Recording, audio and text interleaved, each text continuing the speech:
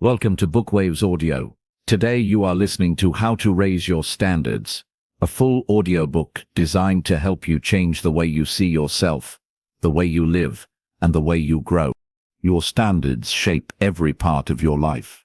They guide your choices, your habits, and even the results you accept.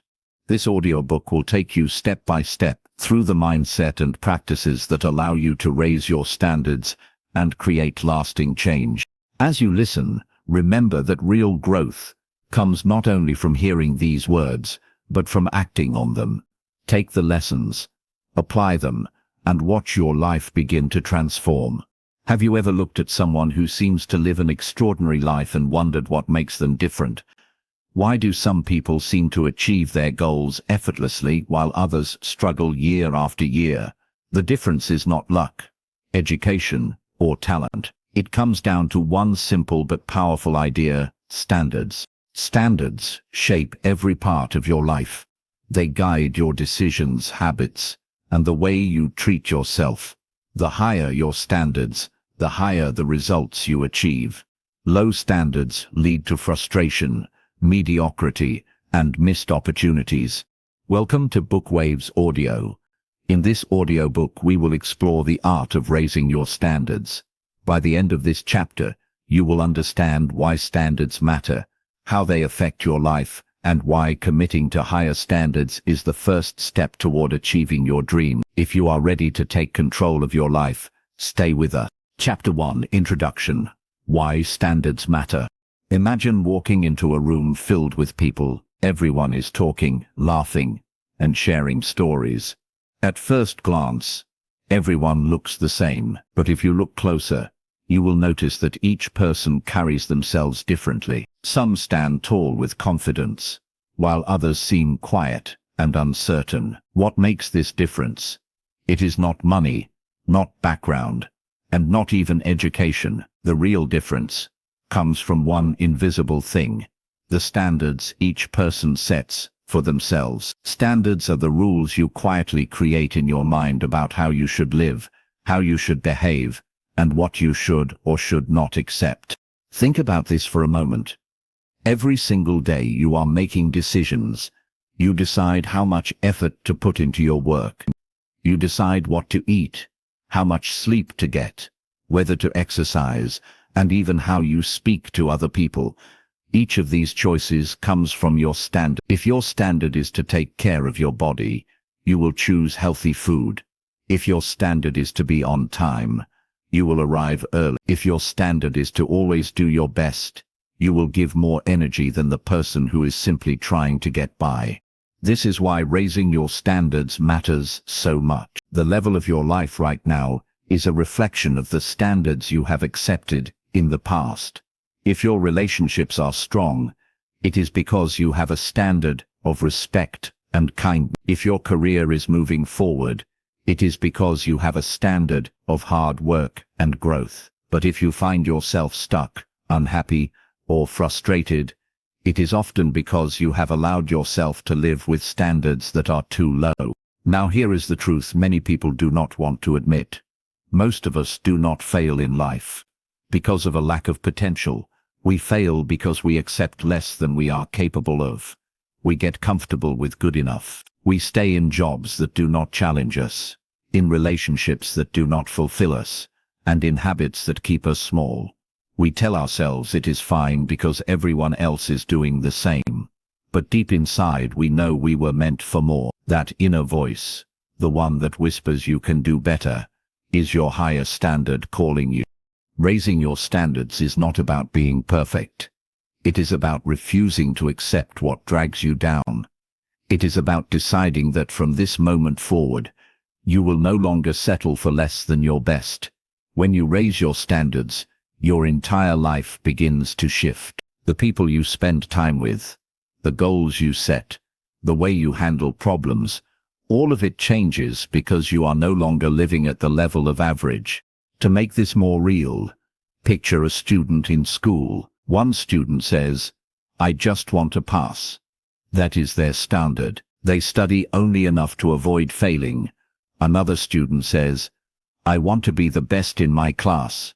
That is their standard. They push harder, ask more questions, and keep practicing until they understand. Same classroom, same teacher, same books, but completely different result. Why? Because of standards. Or think of two athletes. Both show up to practice. One says, "I will do what the coach tells me, nothing more." The other says, "I will give 100% every single time." Who will improve faster? Who will become stronger faster and more confident? It is obvious. The difference is not talent, but the standard of effort. In your own life, your standards are guiding you in the same way. They shape your relationships. If your standard is respect, you will not allow anyone to treat you poorly. They shape your finances. If your standard is responsibility, you will not waste money carelessly. They shape your health. If your standard is energy, you will not sit around and neglect your body. Sometimes people say they want change, but their standards remain the same. For example, someone might say, "I want to be healthy," but if their standard is to eat junk food whenever they feel stressed, nothing changes. Another person says, "I want to save money," but if their standard is to buy whatever looks exciting in the moment, nothing changes. Wanting is not enough.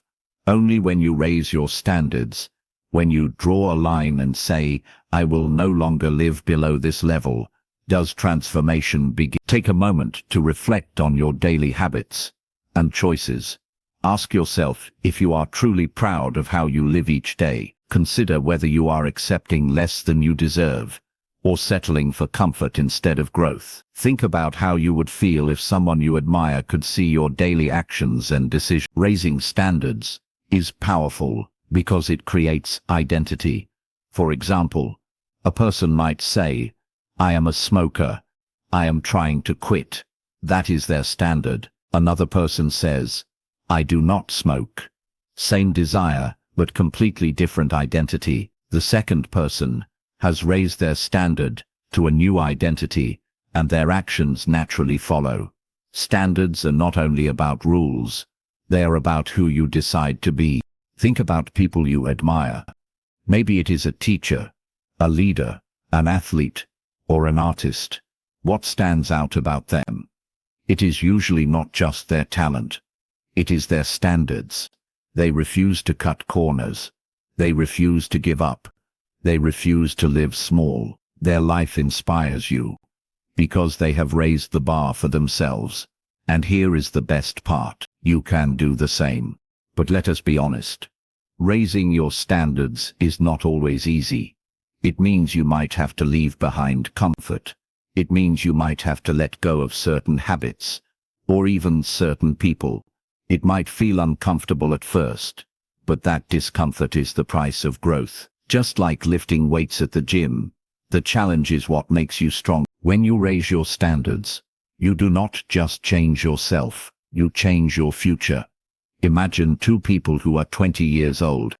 One keeps the standard of doing the bare minimum. The other keeps the standard of constant growth. At 30, their lives look completely different. One feels stuck, the other feels fulfilled.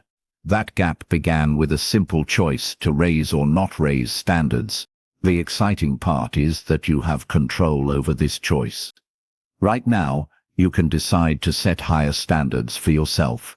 You can decide to no longer tolerate negativity, laziness, or fear. You can decide to show up fully, to give your best, and to demand more from yourself than ever before. This decision is the doorway to a new chapter of your life. So as we begin this audiobook, I invite you to reflect deeply. What kind of person do you want to become? What standards will you no longer accept? What new standards will you set starting today? These questions are not just for thinking, they are for living. This journey is not about small changes. It is about a higher level of living. It is about creating a version of yourself that looks back one day and says, "I am proud of how far I came, because I refused to settle." That is the power of standards. That is why they matter more than almost anything else. And here is the promise I will give you as we move forward together. If you commit to raising your standards through the chapters of this audiobook, you will notice changes in your mindset, in your behavior, and in your results.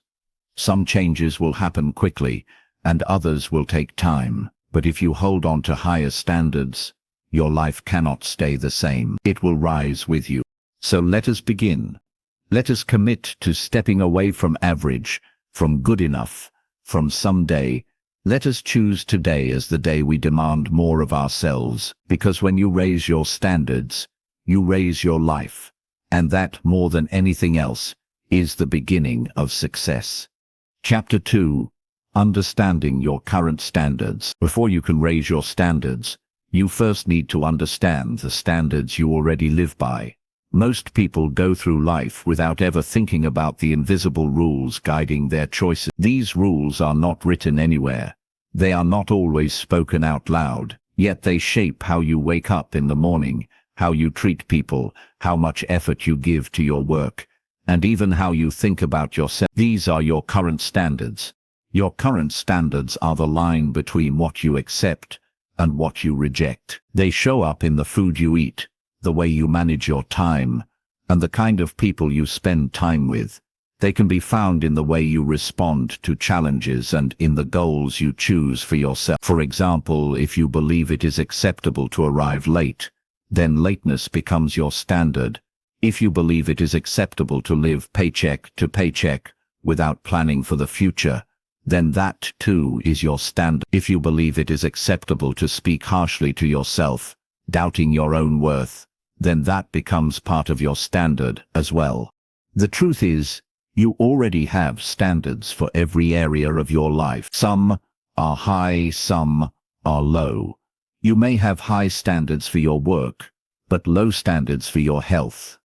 You may have high standards for how you treat others, but low standards for how you treat yourself. The key to growth is not only raising your standards, but first recognizing the ones you live with right now. Awareness is the first step toward transformation. Think about the choices you made yesterday. What time did you wake up? What food did you eat? How much time did you spend on your phone or watching television? How did you react when something went wrong?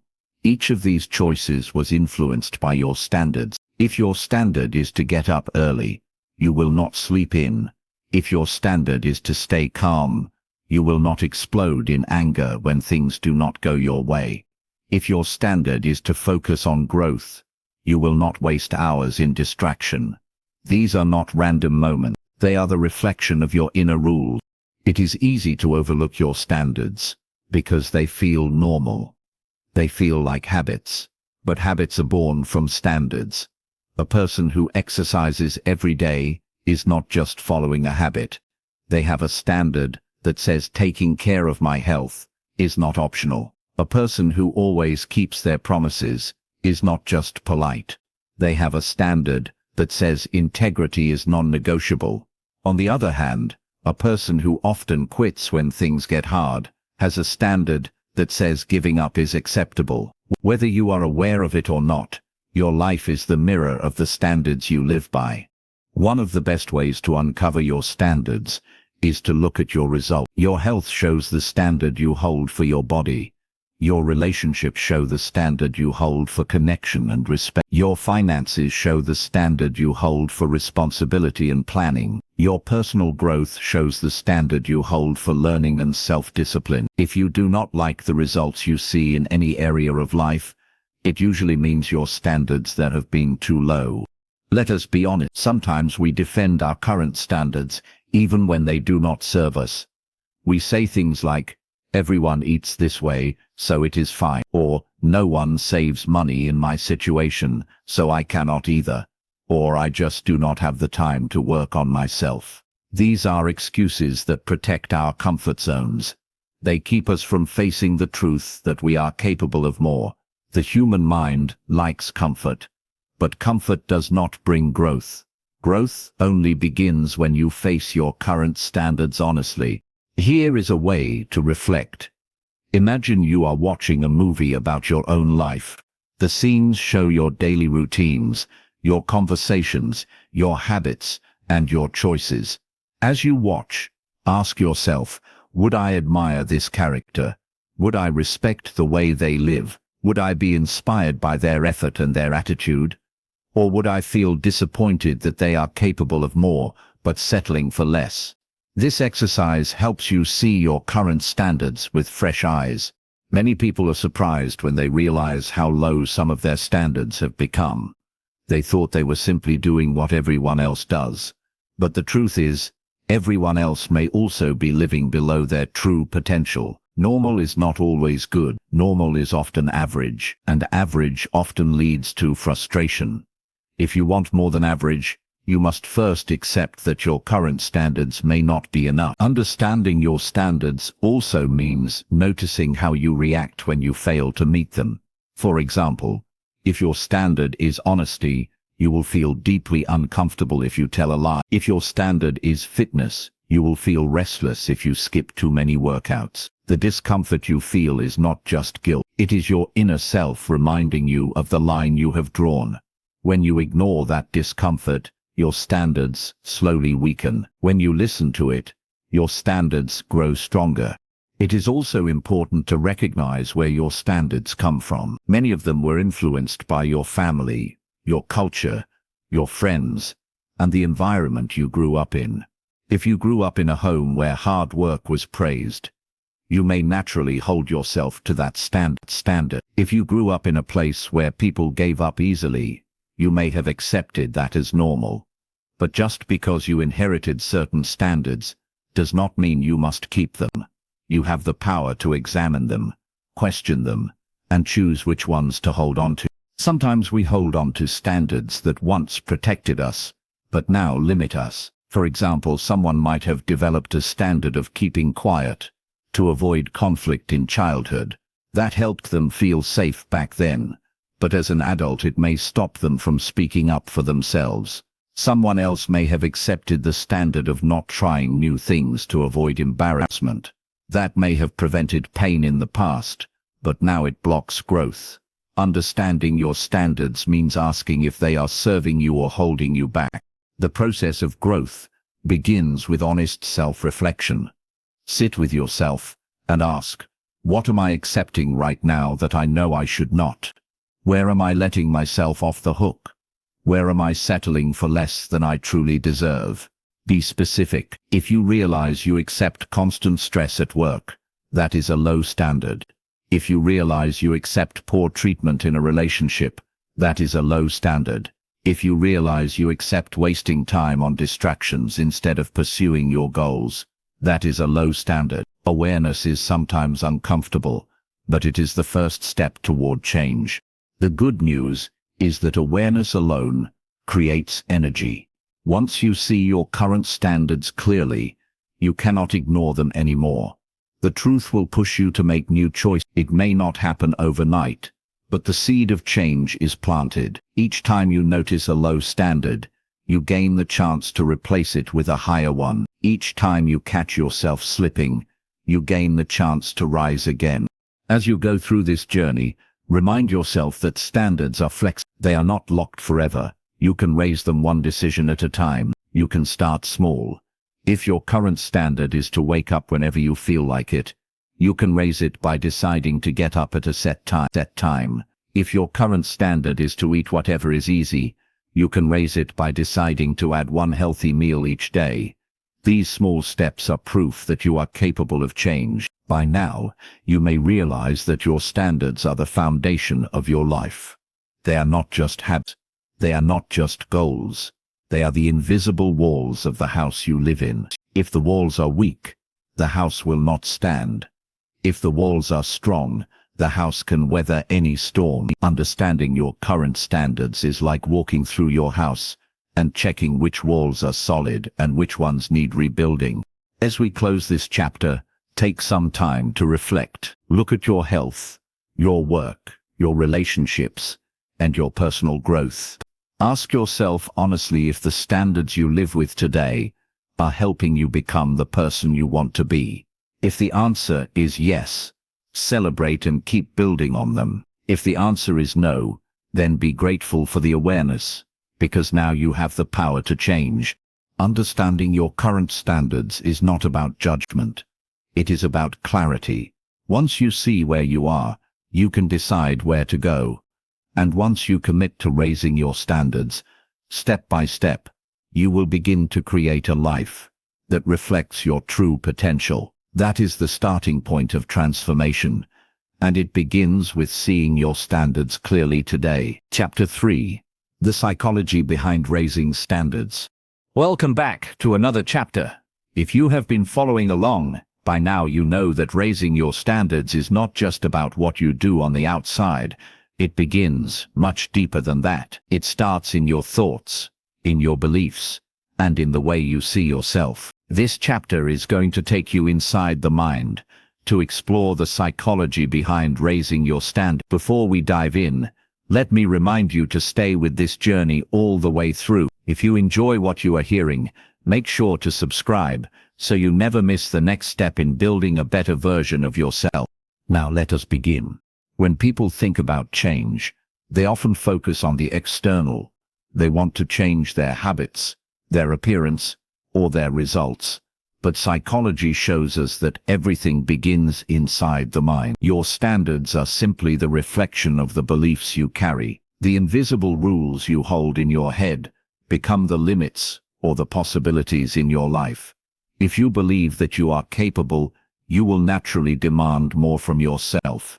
If you secretly believe that you are average or powerless, you will settle for less. Psychology explains why two people in the same situation can live very different lives. It is not the environment alone that shapes them, it is the meaning they attach to it.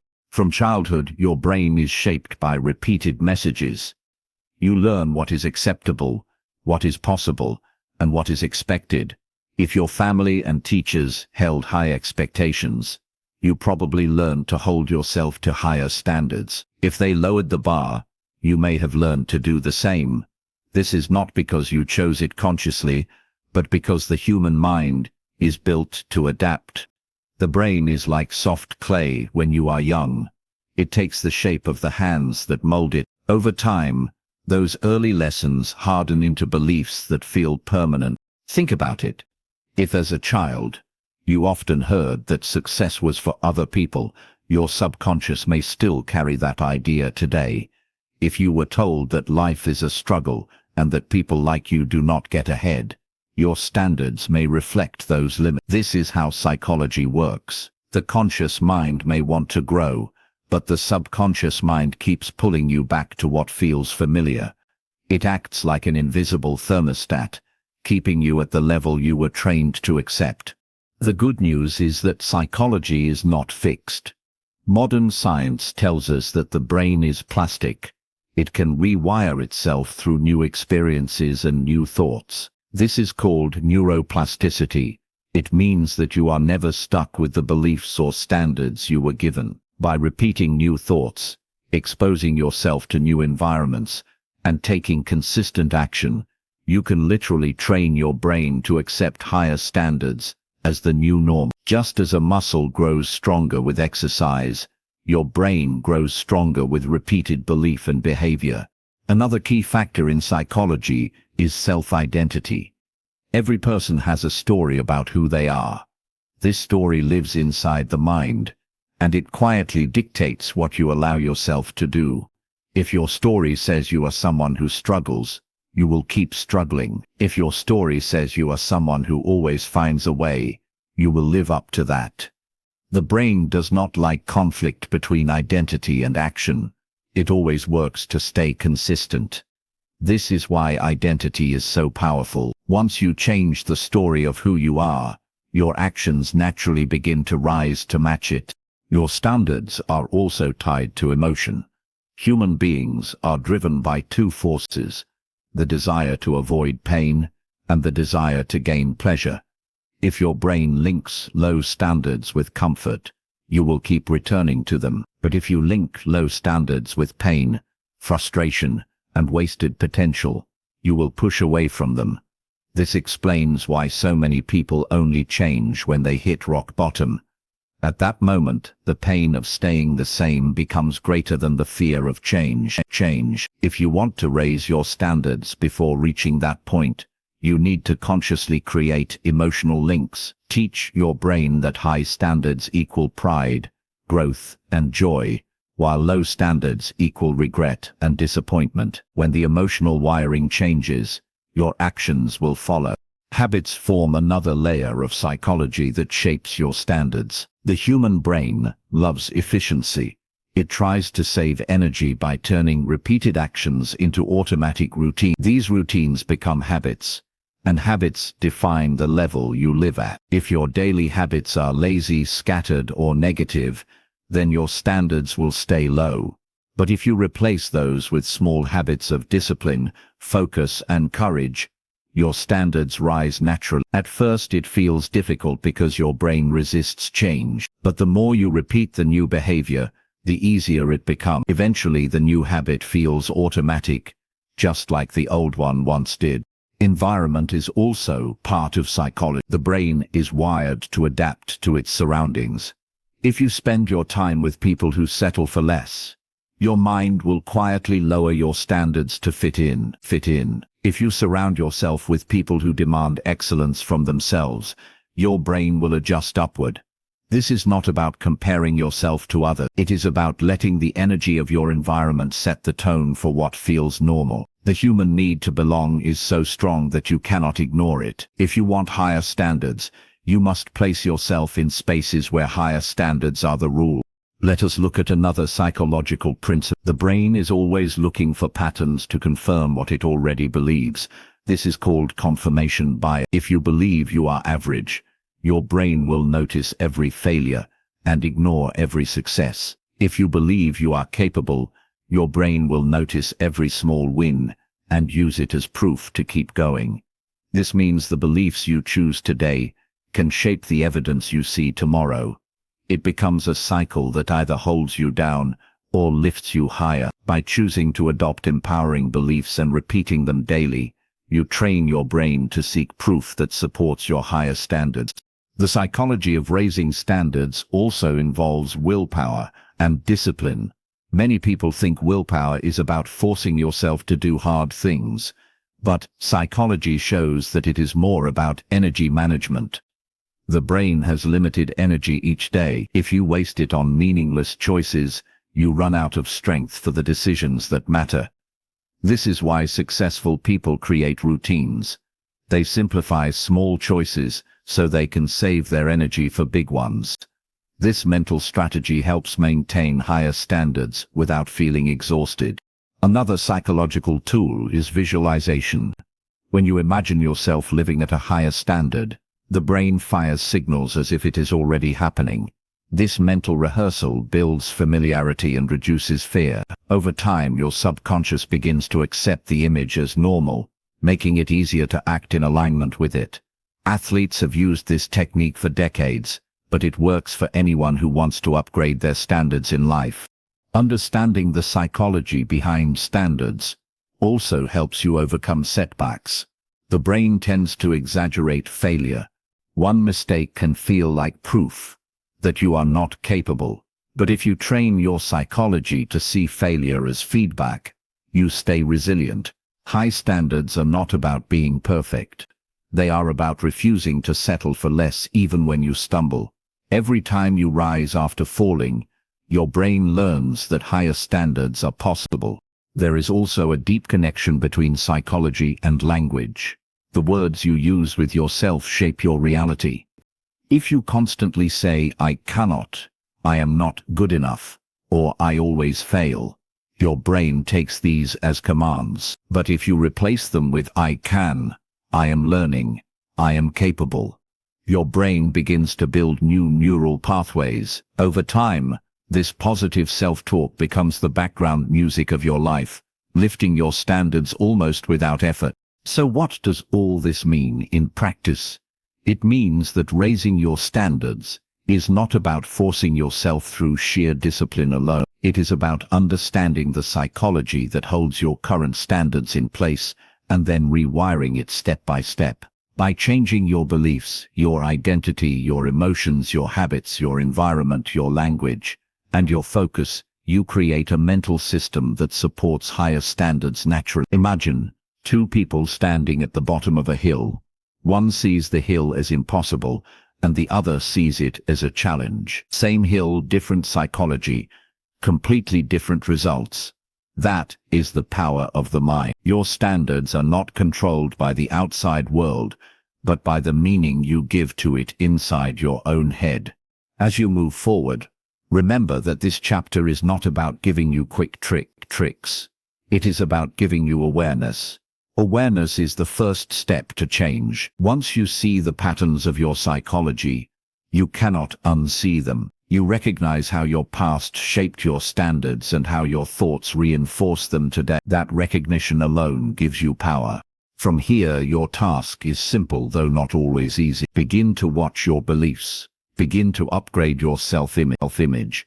Begin to link pleasure with growth and pain with staying the same. Begin to practice habits that align with your higher self. Place yourself in environments that stretch you. Seek to yourself with words that build you up. Visualize the life you want until your brain accepts it as normal. Do these things consistently, and your psychology will shift. When your psychology shifts, your standards rise. And when your standards rise, your entire life follows. This is the unseen foundation of success. Without it, you may try to force change, but you will always snap back to your old level. With it, change becomes lasting, because your mind now supports the person you are becoming. The psychology of raising standards is the bridge between where you are and where you want to be. Step onto that bridge, walk it with courage, and let your higher self lead the way. Chapter 4: Building Beliefs That Support High Standards. Welcome to a new chapter. By now you have learned that raising your standards begins in the mind. You have seen how psychology, identity, and habits play a role in shaping what you accept for yourself. In this chapter, we will go even deeper into one of the most powerful forces in your life: the beliefs you hold about yourself and the world around you. Your beliefs are like the invisible engine that drives your behavior. They decide how far you go, how much effort you give, and what kind of life you are willing to live. Before we begin, take a moment to subscribe so you can continue to follow this journey step by step. Now let us dive in. Beliefs are not facts. They are simply thoughts you have repeated often enough that your mind has accepted them as truth. If you grew up hearing that you are smart, capable, and destined for success, those beliefs shaped your confidence and guided your behavior. If you grew up hearing that you are limited, unworthy, or destined to struggle, those beliefs became barriers inside your mind. The power of belief is not in whether it is true, but in whether you accept it as true. Once your brain locks onto a belief, it begins to filter the world through that lens. Think about the belief that you are bad at math. If you accept that idea, every time you make a mistake in math, it feels like proof that the belief is right. You ignore the times when you solve a problem correctly, because your brain is busy confirming the old story. Now imagine replacing that belief with the thought that you are capable of learning math with practice. Every small success would now feel like proof that you are improving. This simple shift changes your motivation, your effort, and your outcome. That is the power of building beliefs that support high standards. Your current standards are a reflection of the beliefs you carry. If you believe you deserve only enough to get by, that is the standard you will live at. If you believe you deserve health, happiness, financial freedom, and meaningful relationships, you will raise your actions to meet those beliefs. The mind does not want to live in conflict with what it believes. So the surest way to raise your standards is to feed your mind stronger, more empowering beliefs. The first step is awareness. You need to uncover the beliefs that are quietly running your life. Many of them are so old and automatic that you hardly notice them. They sound like inner voices that say things like, "I cannot do this," "I am not good enough," or "people like me never succeed." These beliefs may not come out of your mouth, but they whisper in your mind and control your actions. The moment you shine a light on them, you weaken their grip. You realize they are not facts, but old stories planted by someone else, or repeated by yourself for years. The second step is choice. You do not have to keep every belief you have carried since childhood. You can decide which beliefs serve you and which ones need to be replaced. Imagine beliefs as seeds in a garden. Some grow into strong trees that give you shade and fruit. Others grow into weeds that choke your growth. If you want a garden of success, you must choose your seeds carefully. Keep the ones that make you stronger and remove the ones that keep you small. The third step is repetition. The human brain learns through repetition. A belief is nothing more than a repeated thought. This means you can build new beliefs by repeating new thoughts until they take root. Tell yourself daily that you are capable, that you are worthy, that you are committed to growth. At first it may feel strange or even false, but with time your brain begins to accept it. Just as you once accepted old limiting beliefs through repetition, you can now install empowering ones the same way. Another way to build strong beliefs is through evidence. Your brain loves proof. When you take small actions and see small results, your brain uses that evidence to strengthen your new belief. If you want to believe you are disciplined, start with one small act of discipline each day. Keep a promise to yourself, no matter how small. Each time you do, you gather proof that you are indeed disciplined, and over time this proof stacks up, and the belief grows unshakable. Surroundings also play a major role. If you are surrounded by people who believe in mediocrity, it will be hard to hold on to high standards. But if you spend time with people who live by strong beliefs and high expectations, their mindset will rub off on you. Human beings are social learners. We borrow the energy, attitudes, and beliefs of the people around us. This is why community matters so much. Place yourself among people who believe in growth and you will naturally strengthen your own beliefs. Stories are another tool for shaping belief. Every culture has stories of heroes, leaders, and ordinary people who achieved extraordinary things. When you feed your mind with these stories, you open yourself to new possibilities. You remind yourself that limits are not permanent, and that greatness is possible. Stories act like mirrors. They show you what is possible for others, and therefore possible for you. Reading, listening, and reflecting on inspiring stories is one of the fastest ways to build beliefs that raise your standards. Language also matters. The words you use every day reflect and reinforce your beliefs. If you say things like, "I am hopeless," or "I cannot," you are feeding negative beliefs. If you say things like, "I am improving," "I am capable," and "I am moving forward," you are feeding empowering beliefs. Your brain hears your words and takes them as command. This is why affirmations are so powerful. They are not magic. They are simply repeated words that guide your brain toward new beliefs. Another important point is patience. Beliefs do not change overnight. You cannot erase years of old conditioning with a single thought. But you can begin the process today. Every time you catch a limiting belief and replace it with an empowering one, you are building a stronger mental foundation. Over weeks and months, the shift becomes noticeable. One day you realize you no longer think the way you used to. You no longer accept what you once accepted. Your new beliefs have become part of your identity. Building beliefs that support high standards is not about ignoring reality.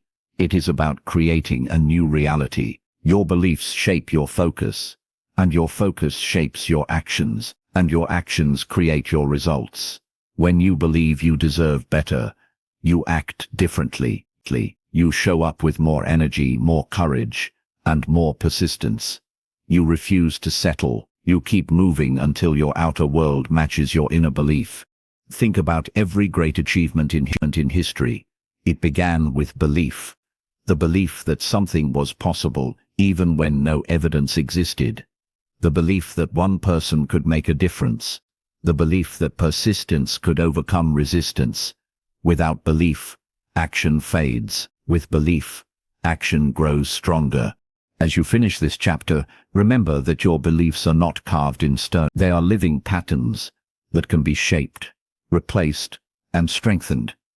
Begin today by questioning the old stories you carry. Replace them with new ones that reflect the life you want. Repeat those new stories until they take root. Gather proof through action. Surround yourself with people who lift you higher. Speak to yourself with words that build, not break. Feed your mind with stories that remind you of what is possible. When you do this, your beliefs begin to align with high standards. And when your beliefs align with high standards, your life begins to reflect them. This is how transformation happens, not from force, but from belief. What you believe about yourself sets the ceiling for your life. Raise that belief, and the ceiling disappears. You are not bound by the past. You are not chained to old words or old labels. You are free to choose new beliefs, to plant new seeds, to write a new story. That story begins now, in this very moment, with the decision to believe in a higher version of yourself. Once you make that choice, your standards rise. And when your standards rise, everything else follows. Chapter 6. The Role of Discipline in Standards. Welcome back. By now you understand how limiting patterns can keep you trapped, and how breaking them opens the door to growth. But even after you break free, there is another key element that decides whether you will hold on to your new standards or slip back into old ways. That key is discipline. Discipline is the bridge between knowing what you want and actually living it. Without it, even the best intentions fall apart. With it you can transform your standards into daily reality. Before we begin, make sure you subscribe so you never miss the tools and insights that will guide you on this journey. Let us begin with a simple truth. Motivation is exciting, but it is temporary. It comes in waves and fades when life gets hard. Discipline is what carries you when motivation is gone. Discipline means doing what you said you would do, even when you do not feel like it. It is the quiet power that turns a decision into a lifestyle. If standards are the vision of the life you want, discipline is the daily practice that makes it real. Think of discipline as the muscle that holds up your standards. You can set high goals, imagine a better life, and promise yourself change. But without discipline, those goals remain dreams. Discipline is not about being harsh or punishing yourself. It is about consistency. It is about showing up every day, even in small ways, to honor the standards you have chosen. Over time, this steady effort builds a new identity. At its core, discipline is freedom. This may sound strange because people often see discipline as restrictive. They think of it as rules and limits. But true discipline frees you from chaos, from regret, and from the pain of broken promises. When you have discipline, you do not live at the mercy of your moods or impulses. You live guided by your values. This gives you stability, confidence, and control over your future. Discipline is built one choice at a time. Every morning you face a decision. Do you get up when the alarm rings or do you stay in bed? Every evening you face a decision. Do you use your time for something meaningful or do you waste it on distractions? Each choice may feel small, but together they create your life. Discipline is about making those small choices in alignment with your standards, again and again, until it becomes natural. The brain loves patterns, and discipline uses that truth to your advantage. At first it takes effort to push yourself into new habits, but the more you repeat them, the easier they become. Eventually what once felt difficult becomes automatic. For focal, at first it may feel hard to exercise every day, but with time, it becomes part of who you are. This is why discipline is not about willpower alone. It is about building systems that make the right choice the easy choice. One way to strengthen discipline is through routines. Routines remove decision fatigue. When you know what you are going to do each morning, you do not waste energy deciding, you just do it. This is why many successful people follow structured routines. They do not rely on feeling inspired, they rely on systems. A morning routine, an evening routine, a work routine. These structures create the rhythm that keeps your standards alive. Another part of discipline is delayed gratification. It means choosing long-term rewards over short-term pleasure. Most people stay stuck because they keep choosing what feels good now instead of what creates a better future. They eat junk food instead of nourishing meals. They spend money instead of saving it. They watch television instead of building skills. Discipline flips this pattern.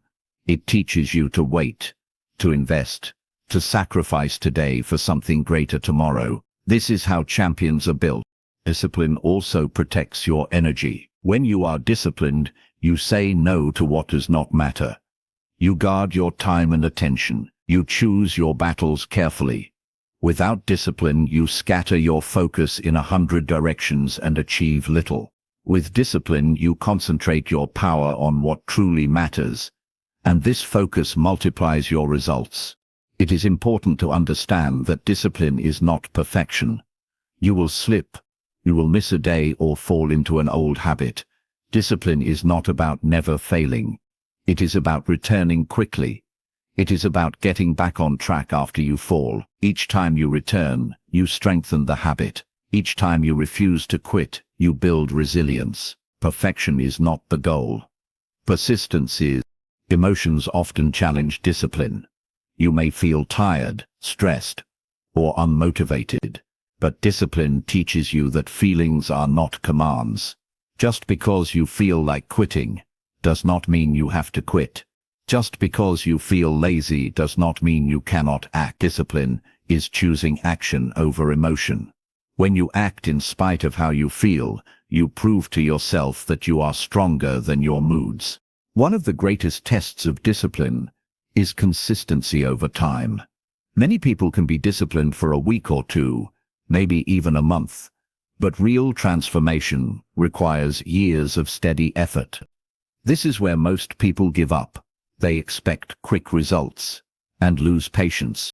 Discipline reminds you that growth is not instant. Seeds take time to become trees. Standards take time to become identity. Your job is to keep watering, keep showing up, and trust the process. Discipline also requires self-respect. If you constantly break promises to yourself, you weaken your belief in your own word. Each time you say you will do something and do not follow through, you send yourself the message that your word does not matter. Discipline rebuilds that trust. Every time you keep a promise to yourself, even a small one, you strengthen your integrity. Over time, this creates unshakable confidence. Accountability helps too. When you share your goals with someone you trust, discipline becomes easier. You know someone is watching. Someone is expecting you to follow through. But the highest form of discipline is internal accountability. It is when you keep going, not because someone else is watching, but because you respect yourself too much to give up. This kind of discipline is unbreakable. Discipline and standards are inseparable. You cannot hold high standards without discipline, and discipline is meaningless without standards to guide it. Standards give you direction. Discipline gives you momentum. Together they create a life of excellence. Without them, you drift through life reacting to whatever comes. With them, you design your destiny. If you want to strengthen discipline, start small. Do not try to overhaul your entire life overnight. Choose one habit that aligns with your standards and commit to it. It could be waking up at the same time every day. It could be reading for 15 minutes. It could be exercising for 20 minutes. The habit itself matters less than the act of keeping your word. Once you prove to yourself that you can be consistent in one area, that belief spreads into other areas. Discipline is also tied to vision. When you have a clear picture of the life you want, discipline becomes easier. You are not just saying no to distractions. You are saying yes to something better. When temptation arises, remind yourself of your vision. Remember why you raised your standards in the first place. That vision will give you strength in moments of weakness. Ultimately, discipline is love in action. It is loving yourself enough to do what is best for you, even when it is hard. It is loving your future self enough to endure discomfort today. It is loving your purpose enough to protect it from distraction. Discipline is not a punishment. It is a gift you give yourself every day. As we close this chapter, remember this truth. Talent can open doors. Luck can bring opportunities, but only discipline keeps you at the top. Discipline is the great equalizer, no matter where you start. If you build discipline, you can raise your standards and keep them high. It is not glamorous, and it is not easy, but it is powerful. And it will separate you from those who only dream from those who actually live their dreams. Chapter 7. Habits as the Foundation of Standards. Welcome back. In the last chapter, you discovered the power of discipline and how it acts as the bridge between your goals and your reality. But there is another building block, one that turns discipline into something automatic, something that runs your life without you even noticing. That building block is habits.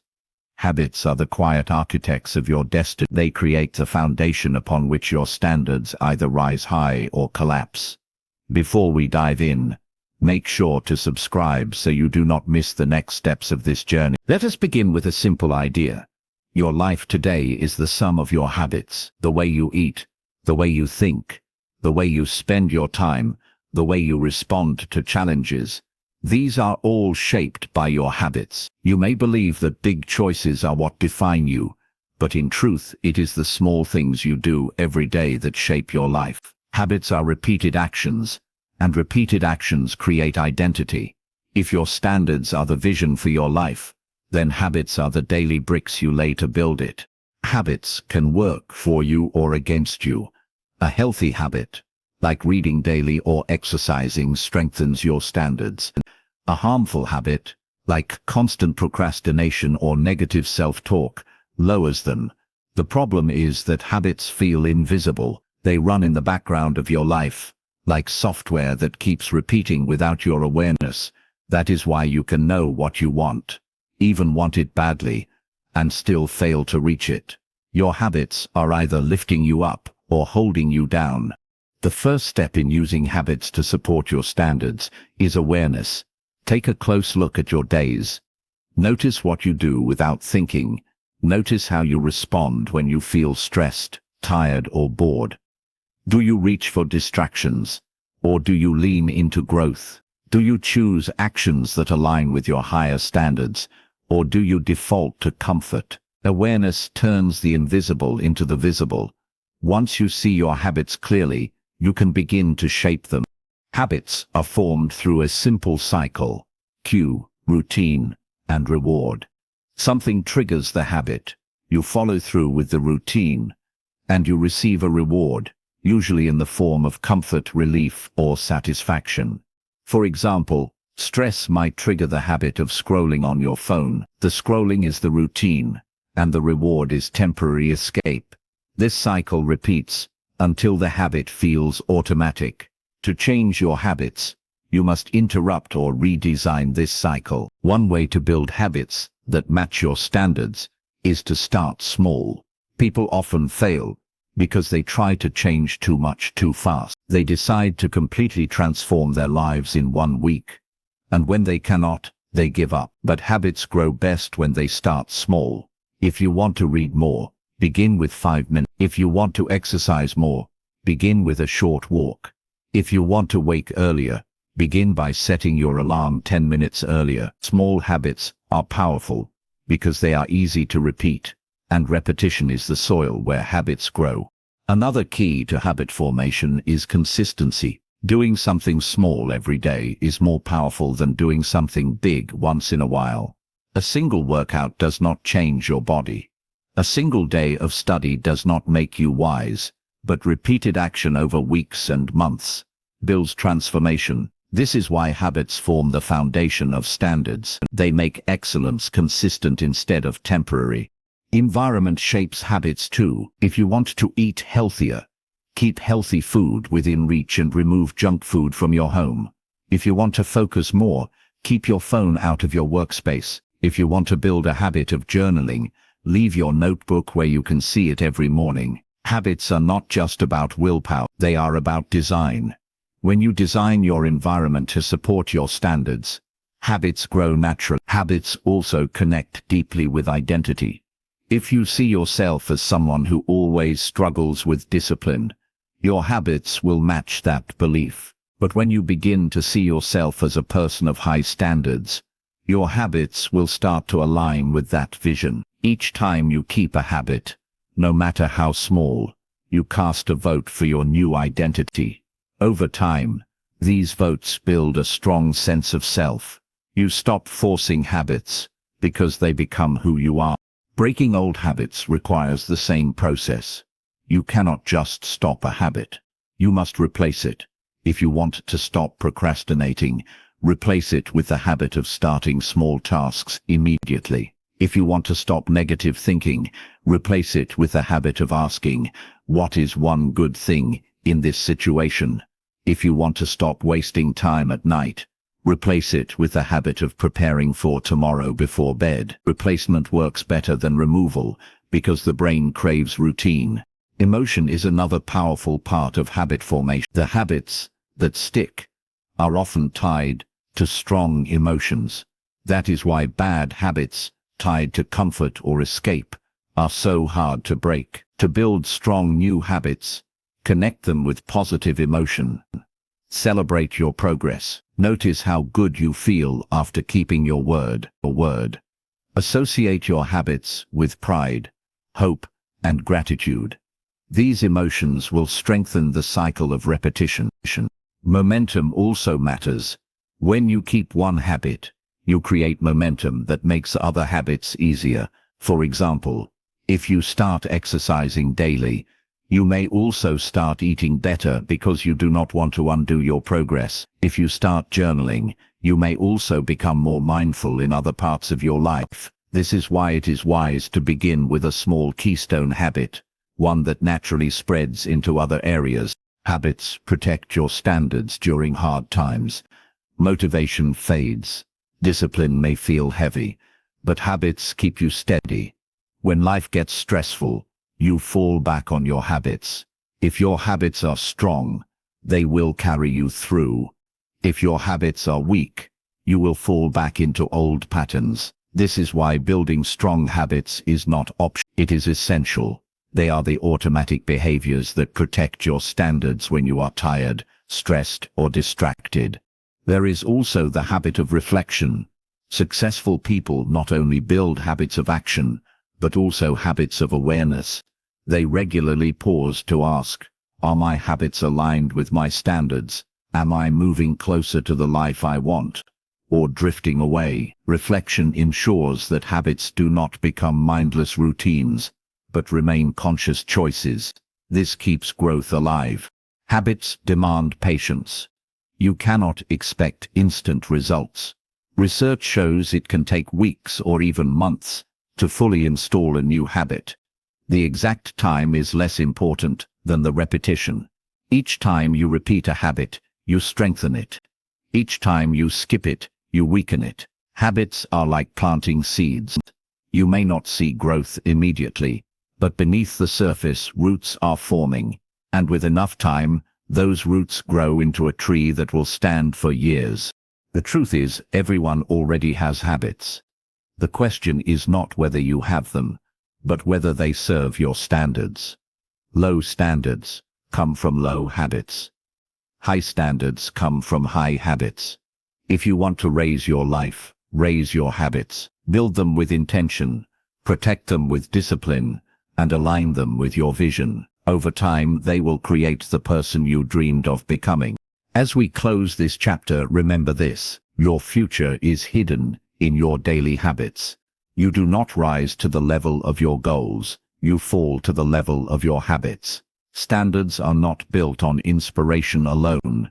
They are built on the steady, repeated actions that shape your identity and your life. If you want a life of excellence, Start by mastering your habits, because habits are the true foundation upon which all high standards stand. Chapter 8. The Influence of Environment on Standards. Welcome back. In the last chapter, we explored how habits form the foundation of your standards, shaping your identity through the small actions you repeat every day. But habits do not grow in isolation. They grow in a setting, in a space that either supports them or destroys them. That space is your environment. Your environment is one of the strongest forces shaping your life. Often without your awareness, it whispers to you, pulls you, and nudges you towards certain choices. Before we dive in, remember to subscribe so you do not miss the coming chapters, because this journey is about building the highest version of yourself. Let us start with the simple truth. You do not rise above your environment for long.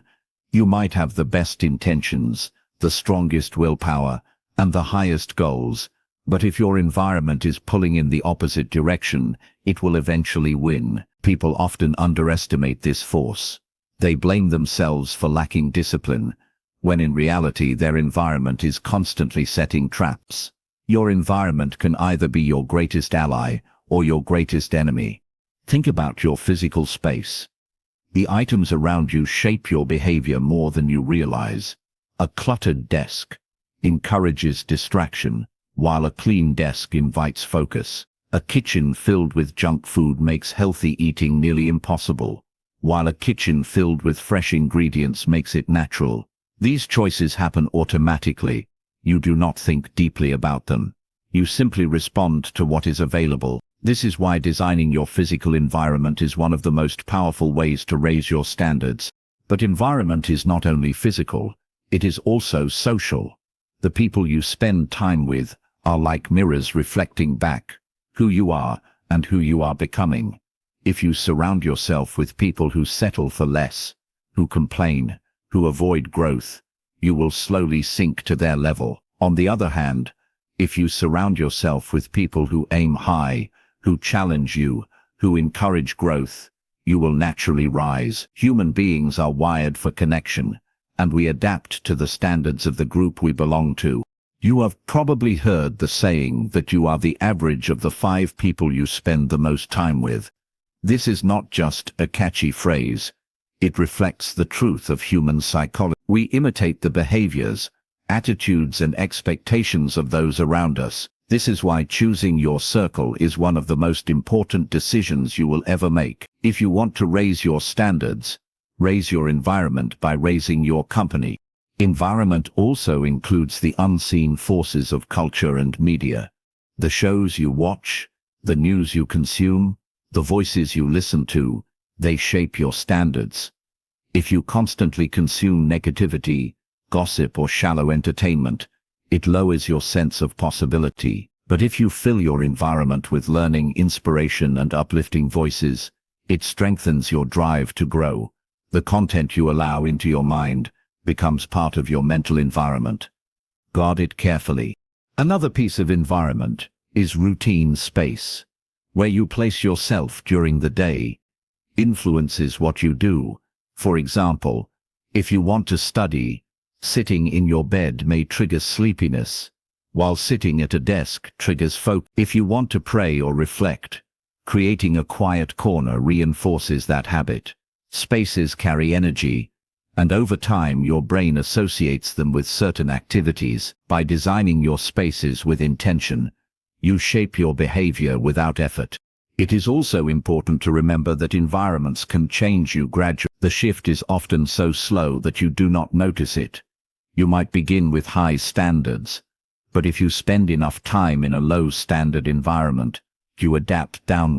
The accounts you follow, the videos you watch, the conversations you join, they are part of your environment. If your digital world is filled with distraction, comparison, and negativity, it will quietly lower your standard. But if you intentionally curate it with education, encouragement, and vision, it becomes a tool for growth. The influence of environment shows up in small choices. Imagine you want to exercise more. If your workout clothes are buried in the closet, you will likely skip it. But if they are laid out the night before, you are more likely to follow through. The environment does not make the decision for you, but it shapes the path of least resistance. The easier the right choice is in your environment, the more likely you are to keep it. This is why raising your standards is not just about willpower. Willpower is a limited resource. Environment is a constant influence. The person who tries to fight a bad environment with willpower alone is like someone trying to swim against a strong current. You might manage for a while, but eventually you tire and drift back. The wise path is to change the current itself, to redesign the environment so it carries you where you want to go. One of the most powerful steps you can take is to remove friction. If there are temptations in your environment, remove them. If you want to write more, turn off notifications. If you want to eat better, remove unhealthy snacks from your reach. Each layer of friction you remove makes the right choice easier. Likewise, you can add friction to bad habits. Make them harder to follow. If you waste time on your phone, leave it in another room while you work. By changing the environment, you change your default behavior. But environment is not only about removing the negative, it is also about adding the positive. Place reminders of your standards where you can see them. Keep a vision board, an inspiring quote, or a picture of your goals in your environment. Let your surroundings remind you daily of what you are striving for. This constant reinforcement builds motivation and discipline naturally. Environment also plays a role in recovery. When life knocks you down, the right environment can lift you back up. Supportive friends, uplifting voices, calming spaces, all these help you regain strength. Without them, setbacks feel heavier, and it is easier to give up. A strong environment acts like a safety net. It catches you when you fall and helps you rise again. Remember, environment is not fixed. You have the power to shape it.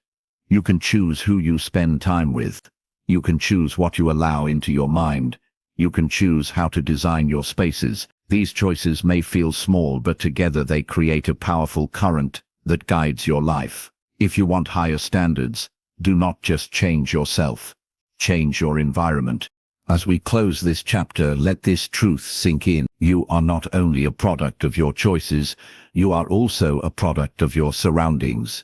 And the good news is, you can choose those surroundings. You can build an environment that pulls you upward instead of dragging you down. Do this, and you will find that living with high standards feels natural, almost effortless, because your environment is carrying you forward every step of the way. Chapter 9. The Power of Focus and Attention. Welcome back. In the last chapter, we explored how your environment quietly shapes your standards, pulling you either upward or down. Now we turn to another force, one even more personal, one that lives within your own mind. It is the power of focus and attention.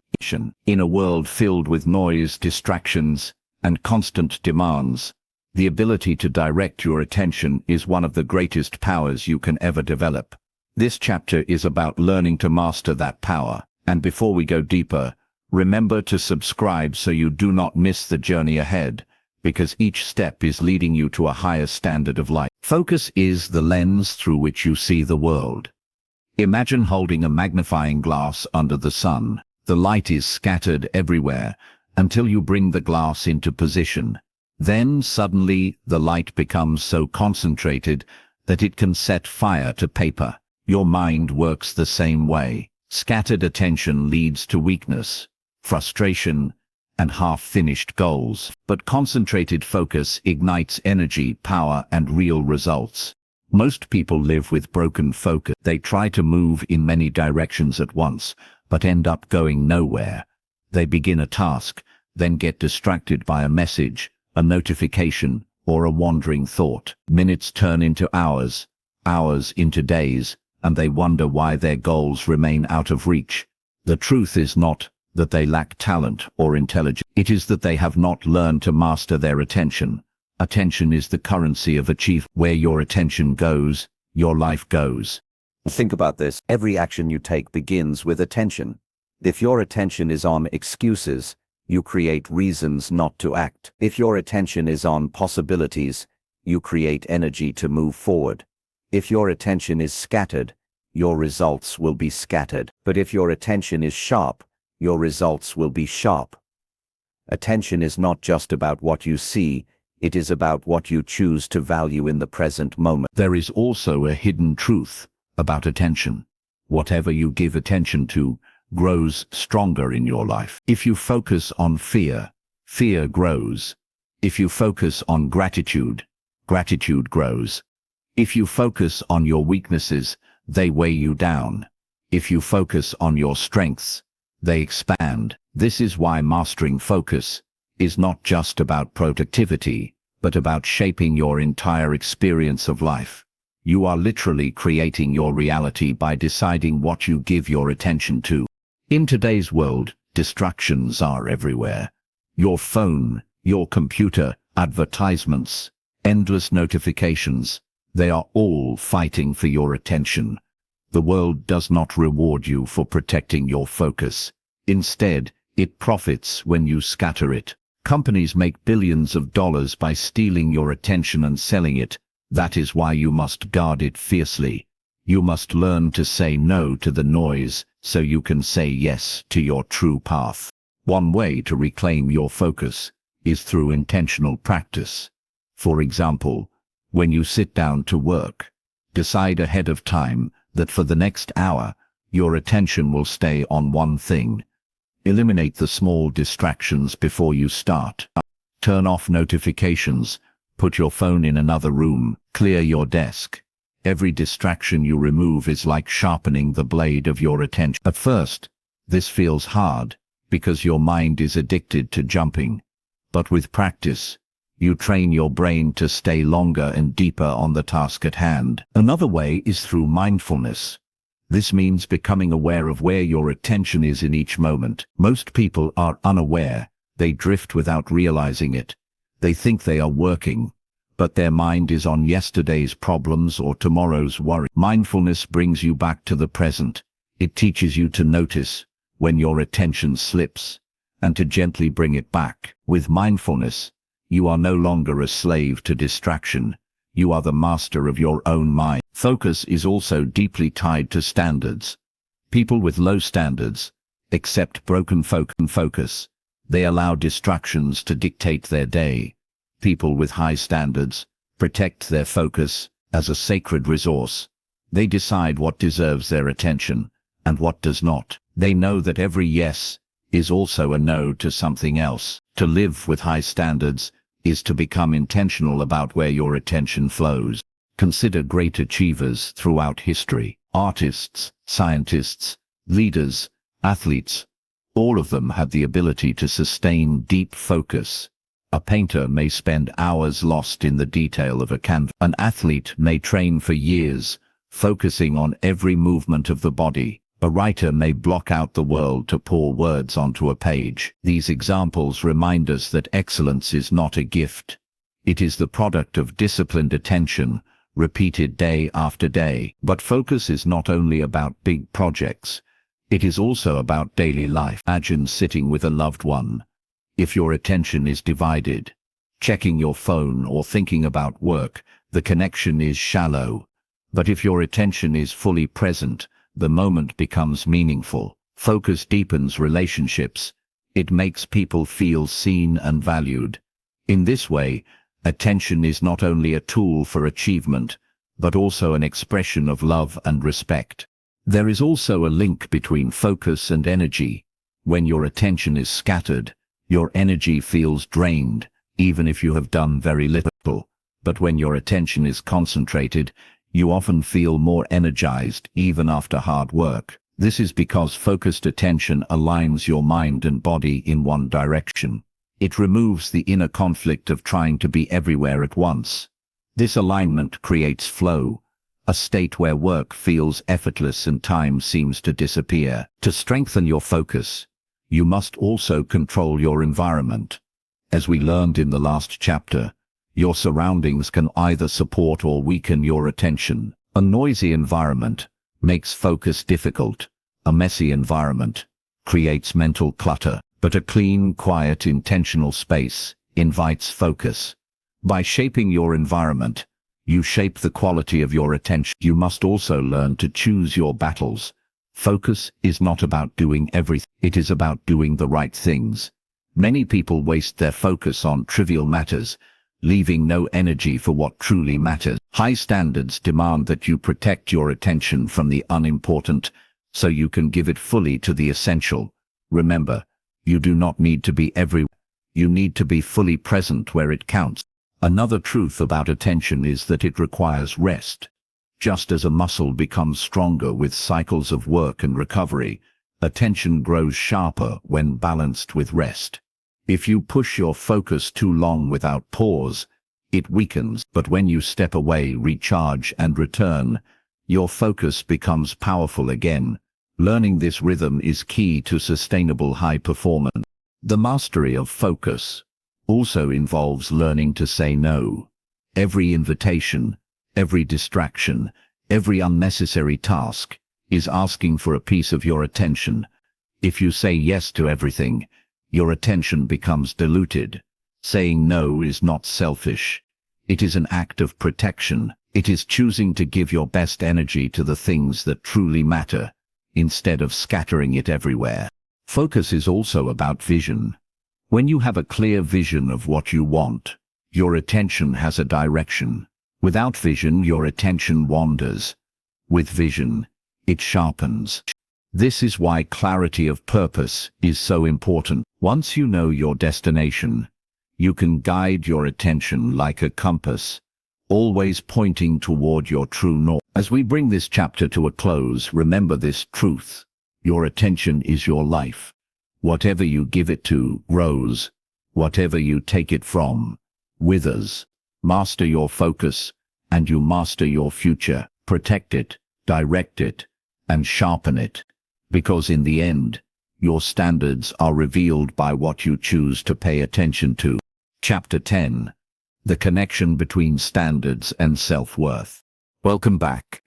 In the last chapter, we explored the power of focus and attention. We saw how the quality of your life is shaped by what you choose to concentrate on. In this chapter, we go deeper into something even more personal. It is the connection between your standards and your self-worth. Before we begin, remember to subscribe so you never miss the upcoming chapters. Each lesson builds on the last, creating a journey toward the highest version of yourself. Every human being carries an invisible measure of self-worth. It is the silent story you tell yourself about your own value.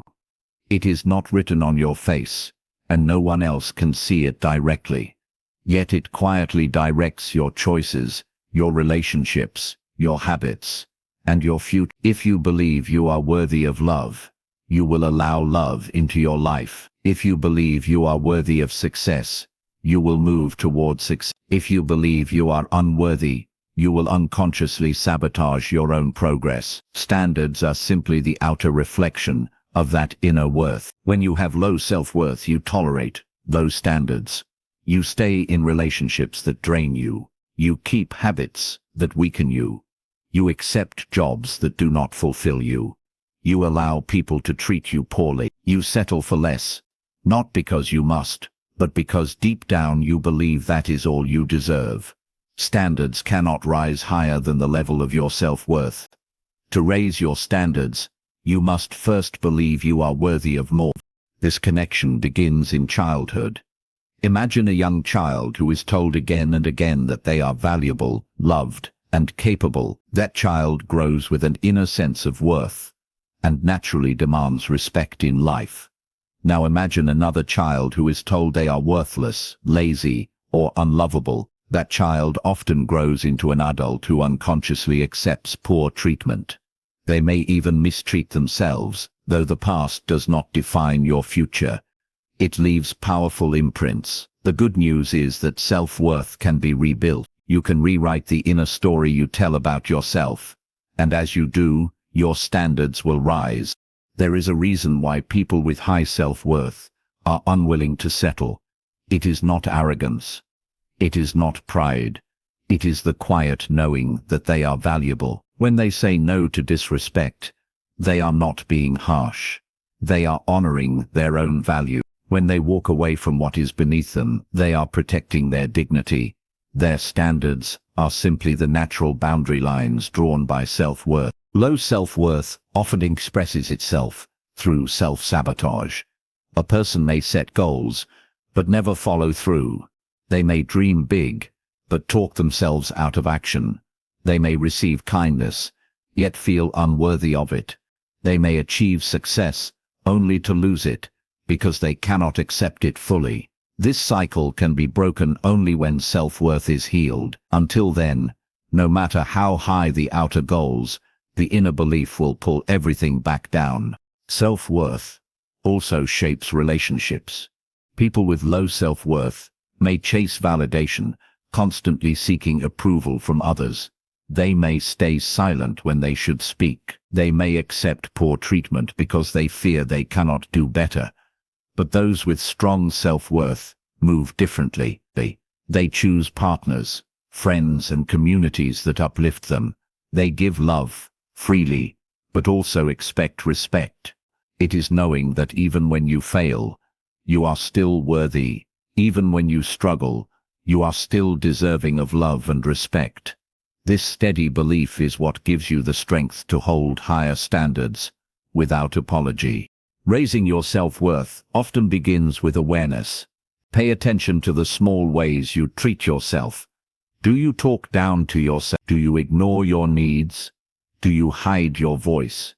Every action communicates a message to your subconscious. When you treat yourself poorly, your self-worth shrinks. When you honor yourself with kindness, your self-worth grows.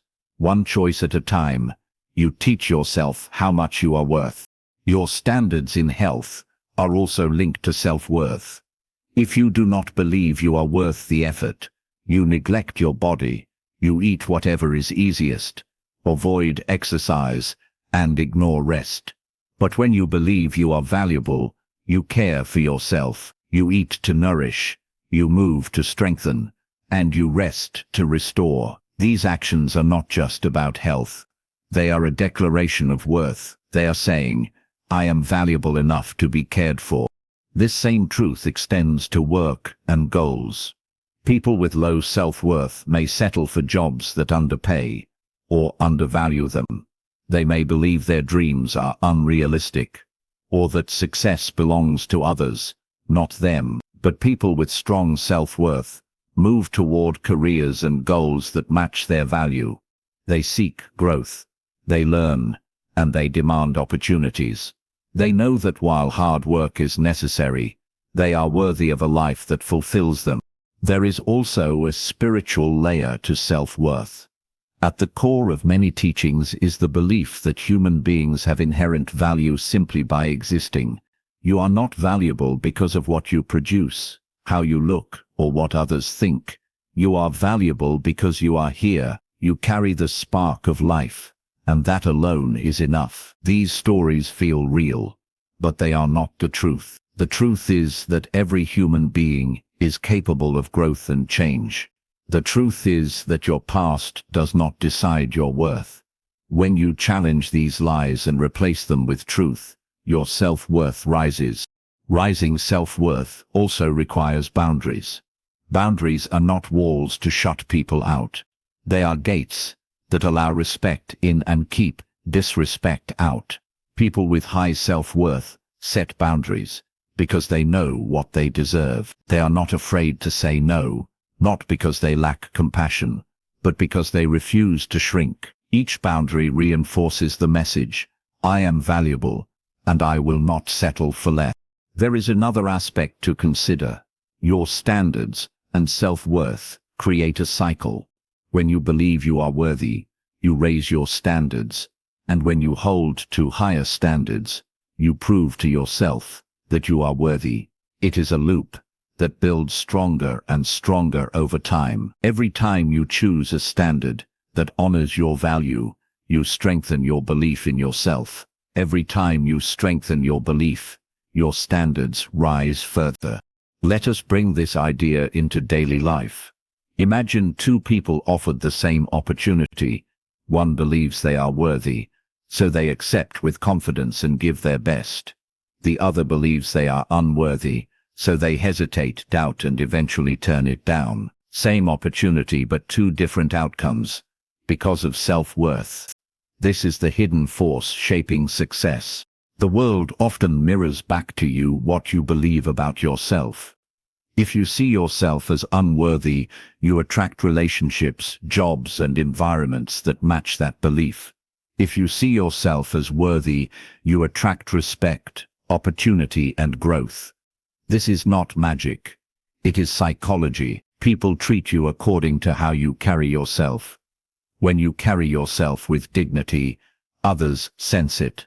When you carry yourself with insecurity, others is that too. As this chapter draws to a close, remember this truth.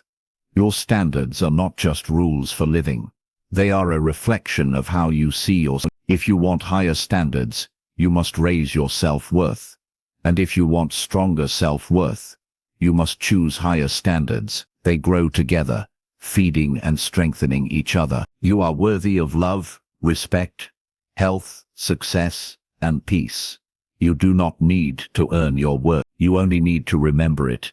Once you know your worth, you stop settling for less. You walk with confidence. You choose with clarity. You live with dignity. This is the power of connecting self-worth with standards. It is the foundation of a life that rises above the ordinary into the extraordinary. Chapter 11. The role of emotion in transforming your life. Welcome back. In the last chapter, we explored how self-worth and standards are deeply connected. We saw that the way you see yourself silently shapes the way you live. Now we turn to something just as powerful, perhaps even more immediate. It is emotion. Emotion is the driving force of human behavior. Before logic, before plans, before action, emotion moves us. This chapter is about the role of emotion in transforming your life. And before we begin, remember to subscribe so you do not miss the chapters ahead, because each step is designed to help you rise to higher standards and a higher version of yourself. Emotion is energy in motion. It is what makes a thought come alive. You may know what you should do, but unless you feel it, you rarely act. A person may understand that eating healthy is important, but until they feel the pain of poor health or the pride of discipline, nothing changes. A student may know that studying is necessary, but until they feel the desire to succeed or the fear of failure, they often do not put in the effort. Emotion is the spark that lights the fire of change. Think about the great turning points in your life. Chances are they were not shaped by dry facts or cold logic. They were shaped by moments of deep feeling. Maybe you reached a breaking point, feeling so much frustration that you swore never to live the same way again. Maybe you felt such love that you were willing to sacrifice for someone else. Maybe you felt such determination that you pushed beyond limits you never thought possible. Each of these moments was fueled by emotion. Emotion is not the enemy. Many people grow up believing that emotions are weaknesses. They are told to hide their feelings, to keep everything under control, to act as if they are unaffected. But denying emotion does not make you stronger. It makes you numb. The truth is, emotion is a tool, like fire. It can burn and destroy, or it can warm and build. Learning to master emotion is not about suppressing it, but about directing it.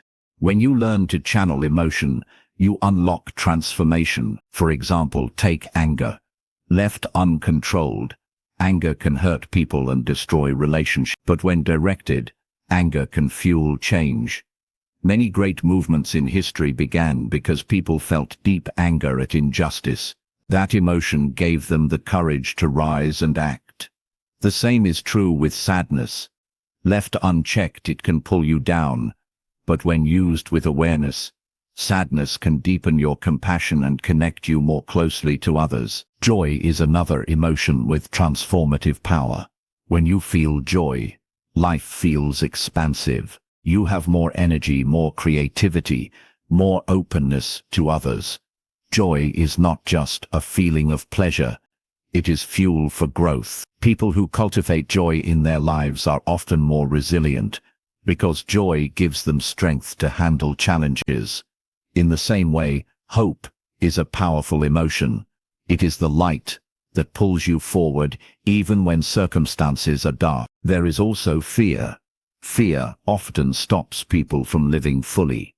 But fear can also guide you.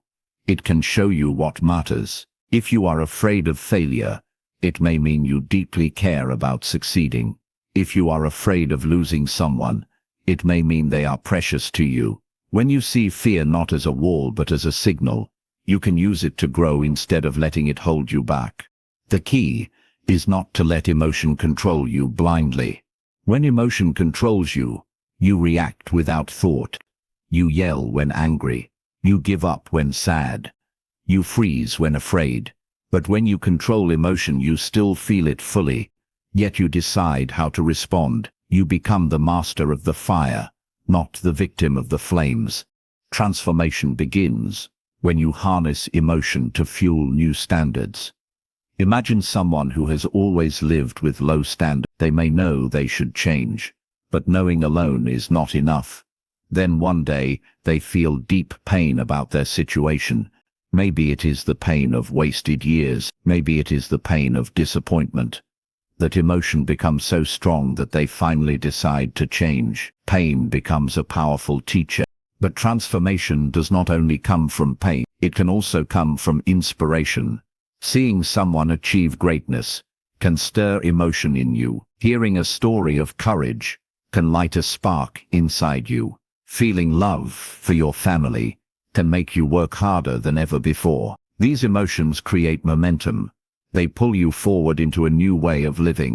Your standards are often born in the emotional moments of life. A child who grows up neglected may one day feel so much pain that they vow never to neglect their own children. That vow becomes a standard. A person who has been disrespected may one day feel so much anger that they promise never again to accept such treatment. That promise becomes a standard. Emotion is the birthplace of many of the strongest standards we hold. To truly transform, you must learn to access the right emotions at the right time. This is a skill. For example, if you feel unmotivated, you can recall a time you felt proud and strong. Let that memory stir the same emotion again and again. If you feel afraid, you can remind yourself of times you faced fear before and succeeded. Let that courage rise again. By learning to trigger empowering emotions, you create energy for action when you need it most. Another way to strengthen emotion is through visualization. The mind does not fully distinguish between real experience and vividly imagined experience. When you visualize yourself succeeding, your brain produces the same emotional signals as if it were happening. This is why athletes visualize before competitions. They are not just imagining, they are feeling, and those feelings prepare them to perform at their best. Emotion also shapes relationships. People remember less of what you say, and more of how you make them feel. If you bring positive emotion into your relationships, people feel safe, valued, and inspired. If you bring negative emotion, they feel drained, anxious, or fearful. By choosing the emotions you share, you transform not only yourself, but also those around you. The transformation of your life is not only about discipline and logic. It is about emotion. Logic tells you what to do, but emotion gives you the energy to do it. Logic is the map, but emotion is the fuel. Without emotion, change is slow and forced. With emotion, change becomes natural and powerful. The path to higher standards is paved with emotional moments. Do not run from them. Embrace them. Let them teach you, guide you, and move you forward. When you feel deeply, you live fully. And when you direct those feelings with wisdom, you transform your life. As we close this chapter, remember this truth. Emotion is not weakness, it is strength. It is the force that drives human action and shapes human destiny. If you learn to master your emotions, you learn to master transformation itself. Feel fully, direct wisely, and let emotion become the power that raises your standards to new heights. Chapter 12. The Power of Visualization and Imagination. Welcome back. In the last chapter, we discovered how emotion can transform your life, turning thoughts into action and standards into reality. Now we explore another hidden power within you, one that has shaped the greatest achievements in history. It is the power of visualization and imagination. Before we begin, make sure you subscribe so you do not miss the chapters ahead. Each lesson builds on the last, helping you step into a higher standard of life and a stronger version of yourself. Imagination is the ability to see what does not yet exist. It is the inner screen where you create pictures of possibility. Every great invention, every work of art, every act of courage began first as an image in someone's mind. The aeroplane existed in the imagination of the Wright brothers before it flew across the sky. The light bulb existed in the imagination of Thomas Edison before it lit up the world. The music, the books, the discoveries we celebrate all began as invisible pictures that someone believed in. Visualization is imagination with direction.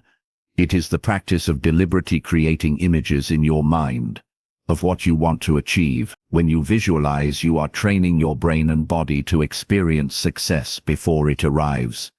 Athletes use visualization to see themselves winning. Speakers visualize delivering their message with confidence. Leaders visualize outcomes before they make decisions. By doing this, they prepare their minds and emotions to align with their goals.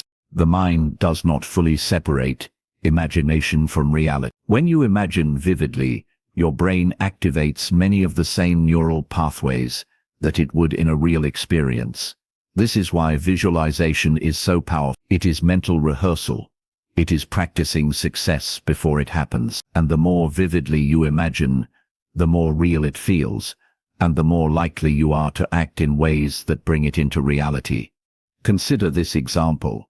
A basketball player stands at the free throw line. They can close their eyes and imagine the ball leaving their hands, sailing through the air, and swishing into the net. When they open their eyes, their body remembers. Their muscles move with greater confidence because they have already practiced in the mind. The same is true for anyone. If you imagine yourself speaking with confidence, your body will carry more confidence when you actually speak. If you imagine yourself choosing discipline, you are more likely to live with discipline. Imagination also shapes identity. If you only imagine yourself as weak, you begin to live as weak. If you imagine yourself as strong, you begin to live as strong. This is why the pictures you create in your mind are so important. They are not just fantasies, they are blueprints. Your imagination sets the boundaries of what you believe is possible. If you can see it clearly, you can begin to move toward it. Yet many people misuse imagination. Instead of visualizing success, they imagine failure. They picture rejection, embarrassment, or defeat. They replay mistakes from the past, seeing them again and again in the theater of the mind. These negative visualizations are just as powerful as positive ones, but they move you in the wrong direction. They create fear, doubt, and hesitation. To transform your life, you must learn to take control of your imagination. Visualization works best when combined with emotion. It is not enough to see the picture, you must feel it. When you visualize, imagine not only the sights, but also the sounds, the movements and the emotions. If you are visualizing success, feel the pride, the excitement, the joy of victory. Your brain records these feelings as real, and your body begins to move toward them. This is why visualization is often called mental and emotional programming. You are programming yourself for the life you want. Another secret is consistency. Visualizing once is like planting a seed and never watering it. Visualizing daily is like giving that seed sunlight and water. Over time, the image grows stronger in your mind, and your actions begin to align with it naturally. Repetition builds belief, and belief builds reality. Imagination is also the birthplace of innovation. People who raise their standards often do so because they can imagine a higher life. They look beyond what is and see what could be. They imagine a future of health, love, success, or peace, and then they work to create it. Without imagination, you remain stuck in the present. With imagination, you open the door to possibility. There is a deep connection between imagination and standards. People with low standards often lack vision. They cannot see beyond their current situation, so they settle. But people with high standards imagine a better life. They see themselves rising higher, and because they can see it, they begin to believe it is possible. Imagination fuels standards, and standards fuel imagination. Visualization is not magic. It does not replace hard work, but it prepares the mind for hard work. It makes the work meaningful because you see the reward ahead. It strengthens discipline because you are emotionally connected to the outcome. Without visualization, discipline feels heavy. With visualization, discipline feels purposeful. Think of a student preparing for an exam. If they only see the hours of study, they may feel bored and tired. But if they visualize themselves receiving a good grade, feeling proud, and moving toward their dreams, the same hours of study feel different. Visualization changes the meaning of effort. It turns work into a step toward the image you hold in your mind. Imagination also heals. A person who has been hurt may imagine themselves whole again. A person who has been rejected may imagine themselves loved. A person who has failed may imagine themselves rising again. These inner pictures create hope, and hope is the foundation of recovery. As you learn to master visualization, remember to start simple. Close your eyes. Picture the life you want. See it in detail. Where are you? Who are you with? What are you doing? What emotions do you feel? Do not just think about it. Experience it in your mind. Then open your eyes and take action, as if that life is already beginning. Over time, your outer world begins to match the inner vision. The truth is, every life is built twice. First in the mind, then in reality. Every house, every business, every goal, every achievement was imagined before it was created. Your life is no different. The question is not whether you are imagining, but what you are imagining. Are you imagining fear, failure, and limitation? Or are you imagining courage, success, and growth? As we close this chapter, remember this. Your imagination is not childish. It is not fantasy. It is the engine of transformation. Use it with intention. See the life you want. Feel it deeply. Return to it daily. And then walk forward with action. The combination of imagination, emotion, and discipline can raise your standards and transform your destiny. Chapter 13. Reprogramming the Subconscious Mind. Welcome back. In the last chapter, we explored the power of visualization and imagination, and how the pictures you create in your mind shape the reality you live. Now we go even deeper into the very foundation of how you think, act, and live. This chapter is about the subconscious mind. More specifically, it is about how to reprogram your subconscious so that it works for you instead of against you. Before we dive in, remember to subscribe so you never miss what comes next. Every lesson is building a new foundation for higher standards and a stronger life. The subconscious mind is the silent driver of your daily choices. It is like a powerful computer running in the background. While your conscious mind is busy thinking, planning, and analyzing, your subconscious is storing beliefs, habits, and memories that influence every action you take. You may not notice it, but most of your behavior is controlled by subconscious programs. The way you respond to stress, the habits you keep, the beliefs you hold about yourself, All of it is guided by what is stored below the surface. Your subconscious begins programming early in life. As a child, your brain is like soft clay.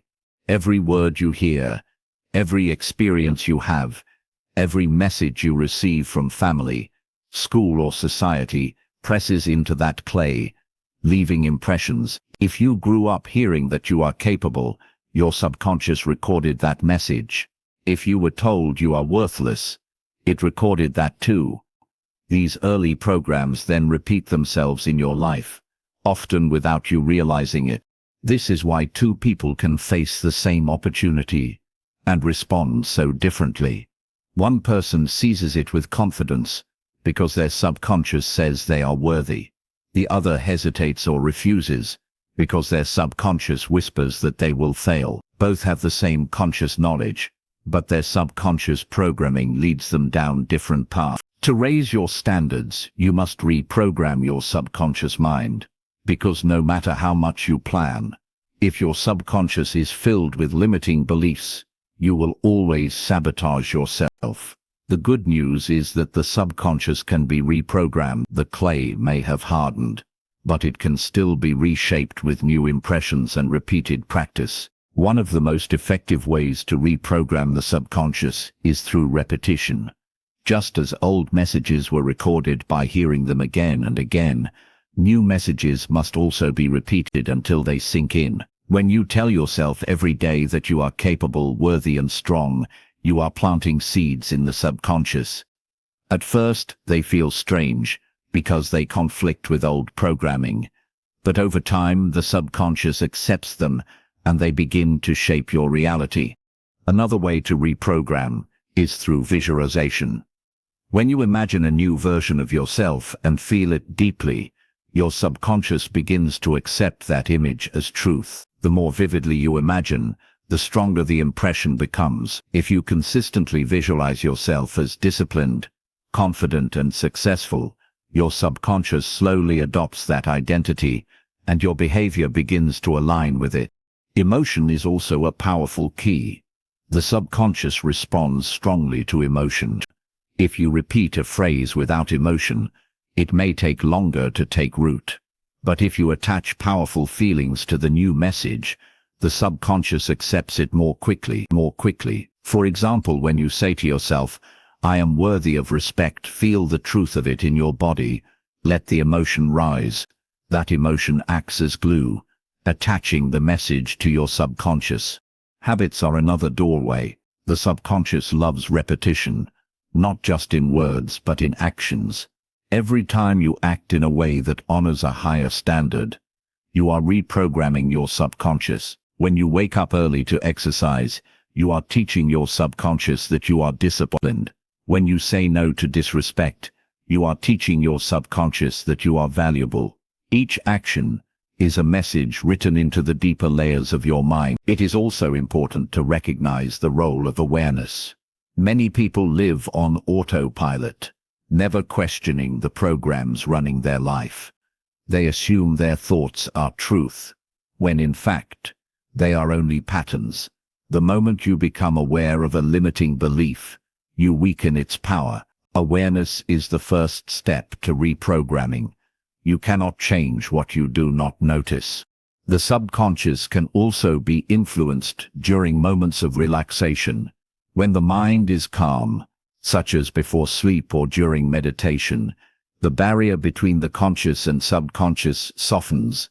This is a powerful time to plant new messages. Listening to positive affirmations before bed, or spending a few minutes visualizing your desired future, allows those impressions to sink deeper. Over time, they overwrite the old programs. Another method is through environment. The subconscious is shaped not only by inner thought, but also by outer influence. Surround yourself with people, places, and experiences that reinforce your new beliefs.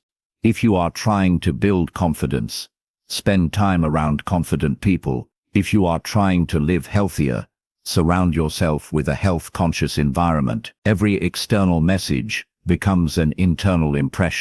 Reprogramming the subconscious is not instant. Just as it took years to build the old patterns, it takes time to install new ones. Patience and persistence are required, but each day you repeat, visualize, act and feel the new standards. The old programs weaken and the new ones strengthen. Over weeks and months, you begin to notice a shift. You act differently without forcing it. You think differently without trying. That is the sign your subconscious has accepted the new program. Consider the story of someone who grew up believing they were unworthy of success. For years they settled for less. Then they began to reprogram their subconscious with daily affirmations, emotional visualization, disciplined habits, and a supportive environment. At first they doubted it was working, but slowly they noticed changes. They spoke with more confidence. They accepted better opportunities. They demanded respect. Eventually they built a life far above what their old programming would have allowed. This is the power of reprogramming. As this chapter comes to a close, remember this truth. Your subconscious mind is not your enemy. It is only a servant. It repeats what it has been taught. If you teach it limitation, it will limit you. If you teach it strength, it will empower you. The choice is yours. Take the time to reprogram your subconscious with the beliefs, images, and habits that reflect your true worth. Do it daily. Do it with emotion. Do it with patience. Over time, your subconscious will align with your highest standards, and your life will transform from the inside out. Chapter 14. Taking responsibility for your life. Welcome back. In the last chapter, we discovered how to reprogram the subconscious mind so that it serves your higher standards instead of trapping you in old patterns. Today, we explore a truth that is both simple and powerful. It is the truth of responsibility. This chapter is called Taking Responsibility for Your Life. Before we begin, remember to subscribe so you do not miss the chapters ahead. Each one is designed to lift your standards and give you the tools to live with strength and clarity. Responsibility is one of the greatest powers you have as a human being. It is the ability to own your choices, your actions, and the results that follow. Many people try to avoid responsibility. They blame others for their failures. They point to circumstances, luck, or unfair treatment. But the moment you give away responsibility, you also give away power. You can no longer change what you refuse to own. Taking responsibility does not mean you control everything. Life will always bring challenges, surprises, and difficulties that you did not choose, but you are always responsible for how you respond. You may not be able to control the storm, but you can control how you steer the ship. You may not be able to control what others say or do, but you can control what you believe and how you act. Responsibility is not about blame. It is about ownership. Think about a garden. If you plant seeds and weeds begin to grow, you could blame the weather or the soil. But if you want a healthy garden, blaming will not help. You must take responsibility to pull out the weeds and care for the plants. The same is true for your life. You may not be to blame for everything that has happened to you, but it is your responsibility to shape what happens next. When you take responsibility, you move from victim to creator. The victim mindset says, "Life happens to me." The creator mindset says, "Life happens through me." The victim waits for rescue. The creator takes action. The victim blames. The creator builds. Every time you choose responsibility, you step into the role of creator, shaping your life instead of waiting for it to change. One of the most powerful shifts you can make is realizing that your standards are your responsibility. No one else will raise them for you. If you accept low standards in relationships, work, or health, that is your choice. But when you take responsibility, you declare that you will no longer settle. You will no longer hand over control of your life to excuses. You will own your choices and create change. Consider the story of someone who grew up in hardship. They had every reason to blame circumstances for their struggles, but instead, they took responsibility. They worked, learned, and grew. They built new habits, created new opportunities, and changed the course of their life. Their environment was difficult, but their response was powerful. Responsibility gave them freedom. Taking responsibility also means refusing to live in denial. Many people know what they need to change, but they avoid it. They say, "I will start tomorrow." They say, "It is not my fault." They say, "This is just the way I am." But the truth is that every time you avoid responsibility, you strengthen the chains that hold you back. Denial may feel easier in the moment, but it steals your future. Responsibility requires courage. It is easier to blame others. It is easier to hide behind excuses. But courage means facing yourself honestly. Courage means saying, "I may not have chosen this, but I will not let it define me. I will take action anyway." This courage transforms weakness into strength, because the moment you take responsibility, you regain the power to change. Taking responsibility also shapes character. People who accept responsibility earn trust. Others see them as reliable, strong, and capable. They become leaders, not because of position, but because of integrity.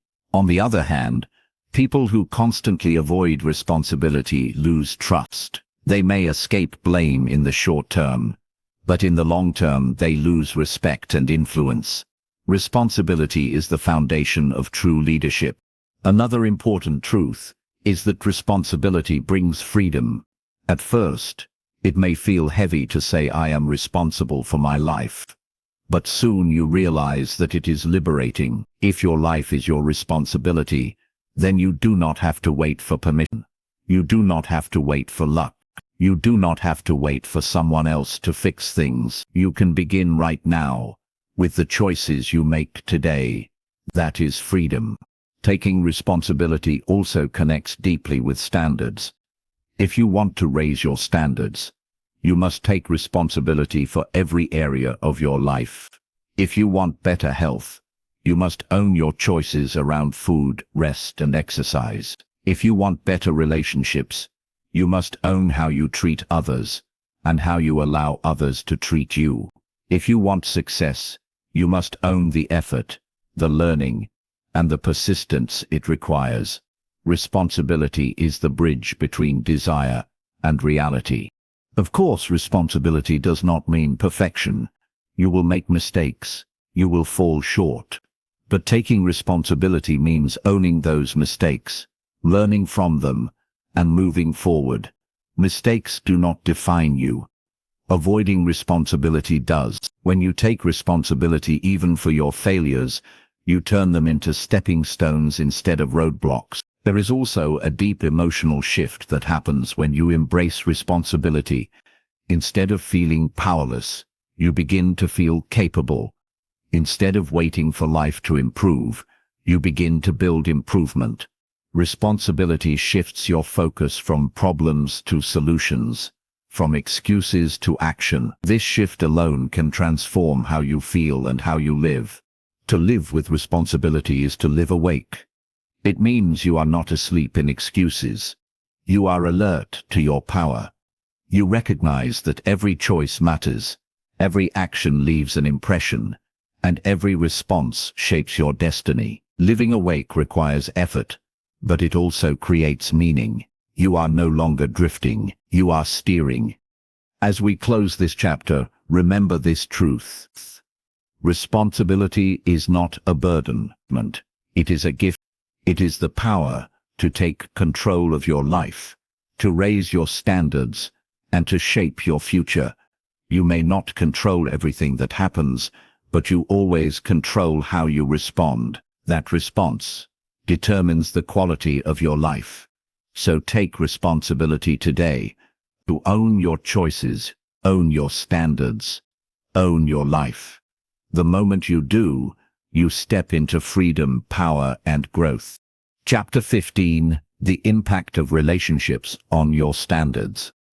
Welcome back. In the last chapter, we explored the power of responsibility and how owning your choices gives you freedom and strength. Now we turn to another force that shapes your life in ways you may not always see. This chapter is called The Impact of Relationships on Your Standards. Before we begin, make sure to subscribe so you do not miss the chapters ahead. Each chapter builds on the last, guiding you toward a life of higher standards and lasting growth. Every relationship in your life has influence. Whether it is your family, your friends, your co-workers, or your partner, each relationship is like a mirror that reflects back a certain level of standard. You may think you live independently, but no one is completely untouched by the people around them. The voices you hear, the behaviors you witness, and the expectations of your group all leave an impression on you. Think about a person who spends time with friends who settle for less. They may not push themselves in school, in work, or in health. Over time, the person will begin to lower their own standards, not because they wanted to, but because the group made it feel normal. On the other hand, imagine someone who surrounds themselves with friends who challenge each other to grow, who encourage discipline, who celebrate success. That person will naturally begin to raise their standards. The environment of relationships pulls you in its direction. This truth has been shown again and again. Athletes who train with stronger teammates push themselves harder. Students who join study groups often perform better. People who spend time around negativity begin to think negative. People who spend time around positivity begin to think positively. Relationships act like soil to a seed. You may have potential inside you, but the soil you are planted in determines how well you grow. The influence of relationships begins with belief. The people around you shape what you believe is possible. If you are surrounded by people who constantly complain, doubt, and settle, it becomes harder to believe in yourself. But if you are surrounded by people who dream big, work hard, and hold themselves to high standards, your belief expands. You begin to think, if they can, so can I. Relationships also set invisible rules. For example, in some groups, being lazy is normal. In others, working hard is expected. In some families, raising your voice is acceptable. In others, respect is the standard. These invisible rules guide your behavior more than you realize. If you want to raise your standards, you must become aware of the rules in your relationships. Do they pull you down or push you up? There is also the matter of energy. Every person carries emotional energy. Some relationships give energy. They inspire you, encourage you, and leave you feeling stronger. Other relationships drain energy. They criticize you, discourage you, and leave you feeling weaker. Over time, the energy of your relationships affects the energy of your life. This is why protecting your circle is so important. Of course, relationships are not only about what others give you. They are also about what you bring. When you raise your standards, you influence those around you. Your discipline can inspire a friend. Your courage can encourage a family member. Your positivity can lift a co-worker. Relationships are two-way streets. As much as you are influenced, you also influence. Consider the story of someone who wanted to live a healthier lifestyle. Their friends laughed at them for eating better and exercising. At first, it was hard. The group pressure pulled them back into old habits. But then they found a new circle, a group of people who valued health and growth. Surrounded by that influence, their standards became easier to maintain. Soon, they not only stayed healthy, but also became a source of inspiration to others. This is the power of choosing relationships that align with your values. Raising your standards often requires making hard choices about relationships. Sometimes you must create distance from people who continually pull you down. This does not mean you stop caring for them. It means you protect your own growth. If you spend all your time around people who refuse to grow, you will eventually be pulled into their comfort zone. If you want to grow higher, you must spend time around people who are also climbing. This does not mean you must only seek perfect people. No one is perfect, but you should look for relationships where growth is valued, where respect is mutual, and where standards are high.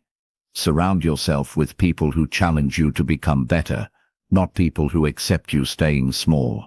Another truth is that relationships reveal your own standards. If you tolerate disrespect in relationships, it means your standard for respect is low. If you allow laziness around you, it means your standard for effort is low. By raising your standards in relationships, you teach others how to treat you, and you teach yourself what you deserve. Relationships also play a role in accountability. It is easier to stick to high standards when someone is walking the path with you, when you share goals with a friend, when you check in with a partner, when you encourage each other. Responsibility feels lighter. Accountability in relationships keeps you steady when motivation fades. As you reflect on your own life, ask yourself, what relationships are shaping my standards right now? Which ones are lifting me higher, and which ones are pulling me low? What kind of influence do I bring to others? These questions are not always easy, but they are necessary if you want to grow. Remember, you do not need many relationships. You need meaningful ones, a small circle of people who believe in you, challenge you, and walk with you is far more valuable than a large group who keep you stuck. Quality is more important than quantity when it comes to relationships and standards. As we close this chapter, remember this truth. The people you spend time with are shaping your future. Relationships can raise you up or pull you down. They can help you build strength or drain your energy. Choose wisely. Invest in relationships that align with your standards. Protect yourself from relationships that weaken you, and never forget that you too are a source of influence. By raising your standards, you not only change your life, but also inspire others to raise theirs. Chapter 16. The balance between patience and urgency. Welcome back. In the last chapter, we explored how relationships shape your standards and the importance of choosing people who lift you higher. Now we turn to a principle that can feel like a paradox. It is the balance between patience and urgency. Before we begin, remember to subscribe so you do not miss what is ahead. Each chapter builds upon the last, guiding you into a stronger life with higher standards. Patience and urgency may sound like opposites, but both are necessary for growth. Patience is the ability to wait, to endure, and to trust the process. Urgency is the drive to act now, to move quickly, and to avoid wasting time. One without the other leads to imbalance. Too much patience becomes passive. Too much urgency becomes recklessness. But when patience and urgency are held together, they create power. Patience is understanding that growth takes time. No seed becomes a tree overnight. No skill becomes mastery in a week. No habit becomes identity in a day. Patience allows you to endure the slow and steady process of becoming. It keeps you calm when progress is invisible. It allows you to keep going when results have not yet shown. Without patience, you give up too soon. Urgency, on the other hand, is the fire to act now. It reminds you that time is limited, that opportunities pass, and that waiting endlessly kills dreams. Urgency makes you start the workout today, study tonight, speak the truth now.